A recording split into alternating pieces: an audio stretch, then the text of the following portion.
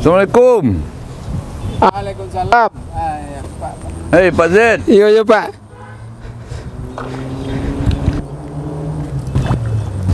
Bu bersawah.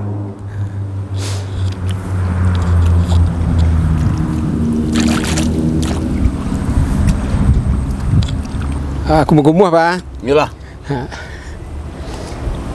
Sedang bertanam Pak Z ya? Iya Pak. Sedang ngarajon tanam padi sebatang. Ini? Tanam padi sebatang Pak. Menanam padi sebatang. Ya. Ini kok udah terlalu tua benihnya ini? Kalau ukuran benih memang sudah cukup umur 30 hari. Ngikut tanam? Ya. Untuk pelaksanaan pembandingan ini nantinya Pak. Oh ini makanya ini Ya. dibelah dua. Ini dibelah dua. Terus ini umur 30. Ini umur 30 dan ini umur benih yang muda. Kira-kira 14 hari. Ya. Oh gitu. Oh ya Pak Z ini kan petani penyuluh swadaya. Betul ya Pak. Seperti ini dalam rangka penyuluhan. Penyuluhan Pak. Penyuluhan membandingkan umur benih yang cukup muda tua dengan dan tua. Ya. Tapi sebatang. Sebatang. Wah. Hebat ini. Pak Z ini petani penyuluh swadaya. Ya Pak. Kemudian juga saya kalau tidak salah pengamat nama. Pengamat nama Petani pengamat nama. Ya. PPH. PPH. Dua pangkatnya. Dua pangkat. Jadi dalam praktek lapangan ini nanti Pak, yang ini akan kita kasih tiang pengamatan dan yang benih mudanya juga kita kasih tiang pengamatan. Jadi ini untuk membandingkan nanti jumlah anak yang produktif dengan antara ya benih tua dengan benih muda. Ya, perlakuan ini. Kalau untuk pelaksanaan tanam padi sebatang ini sudah cukup berulang-ulang kali Pak. Ya, tapi benihnya belum dibedakan umur benih lagi. Ya, sekarang kita kembali ke awal. Kembali ke awal. Dulunya dari awal kita memakai benih muda. Sekarang kita langsung dalam satu lahan kita praktekkan benih tua dan benih muda. Kita bandingkan. Kita bandingkan. Ya. Jadi memang penyuluhannya harus sabar Pak Zed. Iya Pak, ya Pak. Ini kalau untuk melaksanakan tanam sebatang ini secara langsung masyarakat tani kurang mau Pak. Tapi untuk mengarah memakai pengurangan pemakaian benih sudah tampak di lapangan. Dalam rangka menghemat benih. Menghemat benih ya. Meningkatkan produksi. Untuk meningkatkan produksi. Ya. Sawah pokok murahnya. Iya sawah pokok murah ya Pak. Ya. Murah dari segi benih. Ya. Jadi kalau biasanya untuk lahan ini kita butuh benihnya 15 kilo. Sekarang kita cuma menyemai untuk 7 petak lahan untuk pelaksanaan tanam sebatang ini 4 kilo Pak. Jauh hematnya. Jauh hematnya.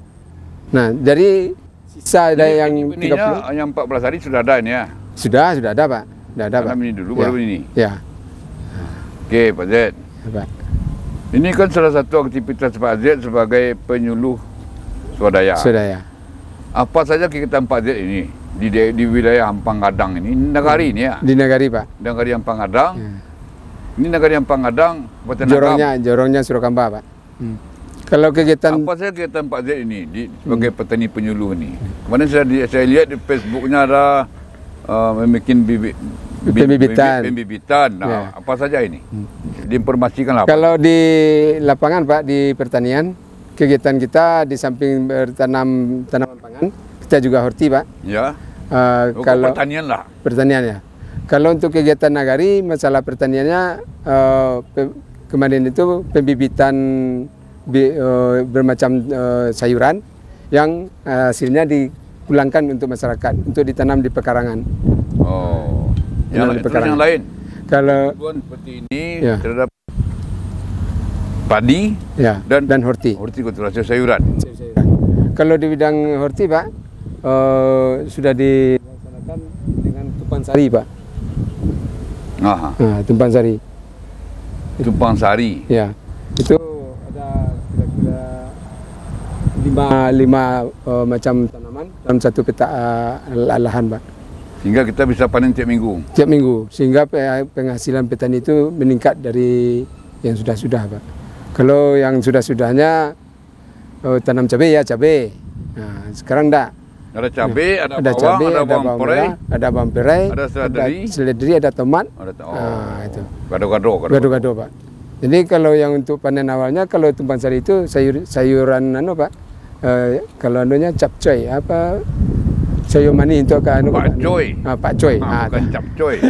Pak Coy. Ya. Itu umur 21 hari kita sudah panen, Pak.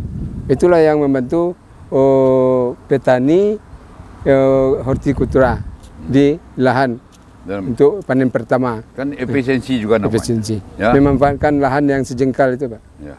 Penyuluhan pertanian. Penyuluhan pertanian. Memang di dalam pelaksanaan hubungan sosial di kemasyarakatan itu kita selalu menyampaikan hal-hal yang tentang pertanian, Pak. Oh, di pertemuan Nagari. Ya, Nagari, di pertemuan di sama pengurusan masjid. Selalu mempertanyakan kalau sudah kumpul-kumpul, pulangnya tetap kepada kita. Bagaimana pertanian sekarang? Itu. Baiklah Pak Zed. Ya, Pak. Karena ini mau salat kita ini. Jumat ya, Pak ya? Ya. Mungkin kita akhir pertemuan dulu. Boleh, Pak. Ya. Ya. Nanti kita ketemu lagi di masjid. InsyaAllah, Pak. InsyaAllah, Pak. Okey. Terima kasih Pak Zed.